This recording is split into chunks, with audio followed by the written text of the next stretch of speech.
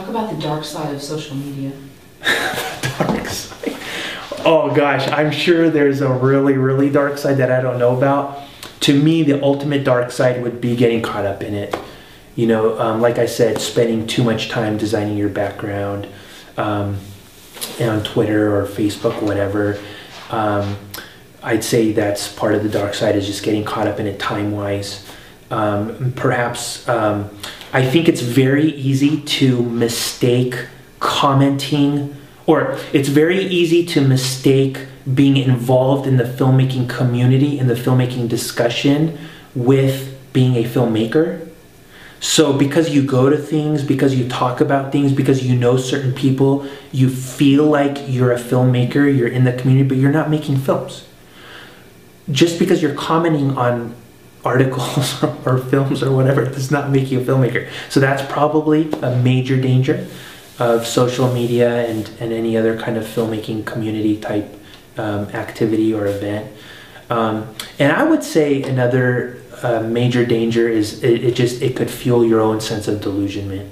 You know, perhaps you're just a really good tweeter or whatever you're called. You know, you tweet really well, or you're really good at creating a perception of success and talent. But in the long run, it's foundationless. There's nothing. You don't have a body of work to back it up with. So you might be really witty, you know, commenter or poster on Facebook or whatever. But in the end, if you don't have the material to back it up with, what's the point? You know, so that's a great example of maybe you're meant to do something else. You know, maybe you're meant to be a writer. Maybe you're meant to be like a publicist or an agent or whatever. You know, maybe you should start a film festival or something. Let go of the delusion and embrace what you're good at. So I would say, like, that's the dangers that I've seen with social media.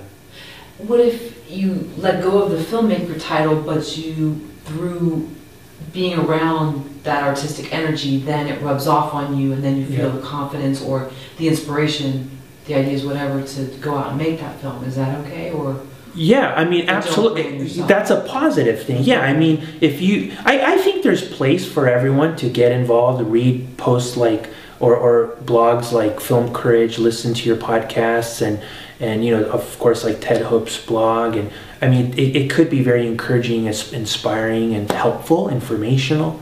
I hope people watch this, you know.